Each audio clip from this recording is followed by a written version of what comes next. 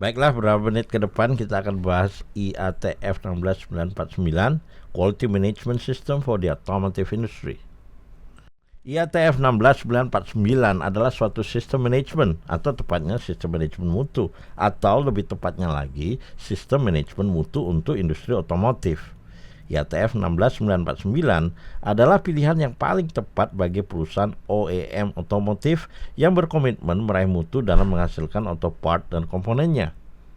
Sistem ini mengikat subscribernya untuk menjalankan kegiatannya dengan memenuhi persyaratan IATF 16949 yang tertulis dalam bentuk pasal-pasal atau klausul yang harus diimplementasikan. IATF 16949 juga mengarahkan kepada pemenuhan persyaratan technical specification dan persyaratan pelanggan yang relevan dengan industri otomotif. Selain itu, juga mensyaratkan pemanfaatan 5 buah core tools. Core tools ini berupa APQP, termasuk dalamnya metodologi control plan, kemudian PPAP, FMEA, SPC, dan MSA. Keseluruhannya diperlukan mulai dari saat tahapan perencanaan dan pendefinisian produk baru, pembuatan desain produk dan desain proses, verifikasi dan validasi desain, produksi, beserta penilaian umpan balik dan corrective action-nya. IATF 16949 menggunakan pendekatan proses yang berplatform PDCA dan berorientasi kepada kepuasan pelanggan. Identifikasi persyaratan teknis dan pelanggan dan persyaratan perundangan menjadi sangat penting dilakukan pada tahap awal karena akan teradopsi menjadi persyaratan IATF 16949 itu sendiri pada organisasi yang menerapkannya. Sistem ini diakui sangat efektif dan selalu update karena melakukan revisi berkala. Revisi dilakukan untuk mengantisipasi dinamika perubahan dunia dan masyarakat otomotif. Pelaksana utama IATF 16949 adalah perusahaan otomotif pabrikan suku cadang asli atau OEM yang berada pada seluruh tier mata rantai suppliernya.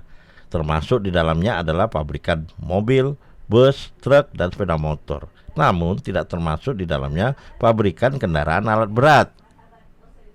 Para pemangku kepentingan yang harus diperhatikan adalah pelanggan eksternal, pelanggan internal, pengendara, investor, supplier, karyawan, serikat kerja, dan lembaga keuangan yang kebutuhan dan ekspektasinya harus dipenuhi.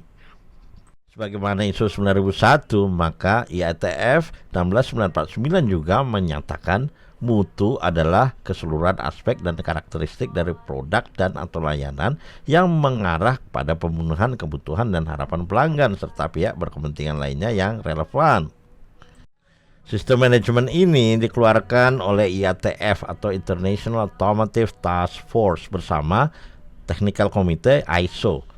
IATF adalah badan ad hoc dari beberapa pabrikan otomotif beserta asosiasinya di masing-masing negara yang dibentuk untuk memberikan produk yang lebih baik bagi pelanggannya di seluruh dunia. Badan ini menyampaikan sistem mutu dalam bentuk materi publikasi berbentuk buku atau lembaran yang berisi persyaratan, pasal-pasal atau klausul yang relevan dan berhubungan dengan pencapaian mutu di industri otomotif. Anggota IATF meliputi grup pabrikan otomotif merek BMW, Ford, Geely, General Motors, Iveco, Jaguar, Land Rover, Mercedes-Benz, Renault, Stellantis, VW, dan Volvo. Kesemuanya juga melibatkan asosiasi industri otomotif di masing-masing negara seperti IAG di Amerika, Anvia di Italia, VF di Prancis, SMMT di Inggris, dan VDA di Jerman. Berbeda dengan badan sertifikasi ISO, badan sertifikasi IATF 16949 langsung ditunjuk oleh IATF tanpa melewati Komite Akreditasi Nasional. Badan sertifikasi utama yang ada di Indonesia adalah seperti SGS, BSI, TÜV, SI Global, dan lain-lain. Sementara kantor-kantor atau biro konsultan yang terlibat juga tak terbilang jumlahnya. Badan Standarisasi Nasional atau BSN telah mengadopsi IATF 16949 sebagai IATF 16949 mutu industri otomotif. IATF 16949 pertama kali diterbitkan pada tahun 2016 yang mana sebelumnya dikembangkan dan disesuaikan dari standar manajemen mutu ISO TS 16949 yang diimplementasikan oleh banyak industri otomotif di periode sebelumnya. IATF 16949 telah mengalami beberapa kali evolusi. pada awalnya adalah edisi 1999 dengan nama ISO TS 16949 sebagai edisi pertama dan terbitan 2002 sebagai edisi kedua yang juga disebut menggantikan QS 2000 di 2006. Edisi ketiga terbit pada tahun 2009 dan akhirnya berubah menjadi IATF 16949 tahun 2016. IATF 16949 telah diimplementasikan dengan sertifikasi oleh 30% pabrikan OEM di dunia. Pada tahun 2021, tercatat lebih dari 93.000 organisasi di dunia yang telah tersertifikasi. Namun, pada saat itu di Indonesia belum mencapai 500 sertifikasi. Subscriber industri OEM terbanyak adalah industri yang berkiblat kepada industri otomotif yang merupakan anggota IATF. Sementara yang berkiblat pada pabrikan di luar IATF jumlahnya sedikit. Industri otomotif asal Jepang umumnya tergabung dalam organisasi JAMA atau Japan Automobile Manufacturers Association Incorporated. Setiap merek pabrikan otomotif memiliki sistem mutu masing-masing dalam mengembangkan produknya, sehingga hal ini menghadapkan supplier pada banyak standar sistem. IATF menciptakan konsensus bersama antara pabrikan otomotif di seluruh dunia sehingga keseragaman persyaratan memudahkan supplier pada masing-masing tier yang jumlahnya ribuan untuk memahami dan memenuhi persyaratan tersebut.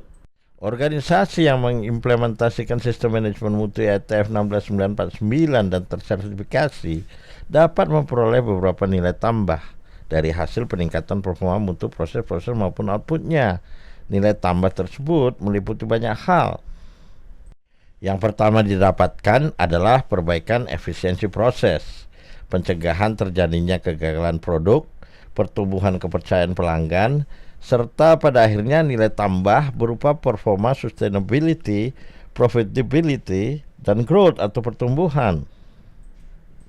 Seluruh organisasi tersertifikasi IATF 16949 berkewajiban untuk mewajibkan suppliernya untuk juga memiliki sertifikasi IATF 16949. Dimilikinya sertifikasi oleh supplier yang ada pada setiap tier membuat hubungan kerjasama dapat tetap terjalin. Beberapa tahapan penting yang harus dilalui organisasi dalam mengimplementasikan IATF 16949 dan meraih sertifikasinya adalah dengan melakukan pertama, gap analysis, kedua, awareness training, ketiga, pengembangan dokumen sistem mutu, keempat, internal audit, kelima, management review meeting, dan keenam adalah final audit untuk sertifikasi. Perusahaan yang baru berdiri yang mengajukan sertifikasi disyaratkan terlebih dahulu telah menjalankan produksi selama 1 tahun.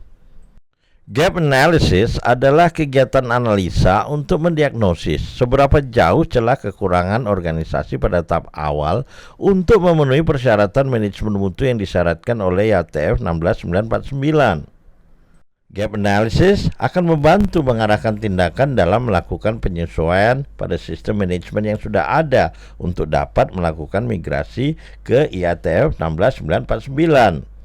Awareness training adalah training pengetahuan dasar yang secara masif diberikan kepada seluruh individu organisasi atau karyawan, baik eksekutif dan pelaksana harian, sebagai pembekalan agar siap dalam melakukan implementasi. Pengembangan dokumen adalah kegiatan untuk membuat dan menata dokumen standar pelaksanaan sistem mutu agar dapat dikendalikan, terpelihara, serta relevan setiap saat. Dokumen dimaksud adalah berupa manual, prosedur, instruksi kerja, dan form untuk catatan mutu. Internal audit yang juga menjadi persyaratan spesifik dari IATF 16949 adalah kegiatan yang dilakukan berkala untuk mengukur level kesesuaian yang telah diraih organisasi terhadap persyaratan IATF 16949. Audit meliputi 3 area, yaitu sistem, proses, dan produk, dan berlangsung pada seluruh shift kerja. Management review meeting adalah meeting formal yang dilakukan oleh top management untuk meninjau serta mengukur performa yang telah diraih terkait proses-proses yang telah diimplementasikan dalam mencapai sasaran manajemen mutu. Final audit adalah kegiatan yang dilakukan oleh Badan Sertifikasi Resmi IATF 16949 yang dipilih perusahaan untuk mengidentifikasi dan menyimpulkan apakah organisasi atau perusahaan telah memenuhi syarat untuk menerima sertifikat IATF 16949. Demikianlah pembahasan kita tentang pengenalan IATF 16949 ini.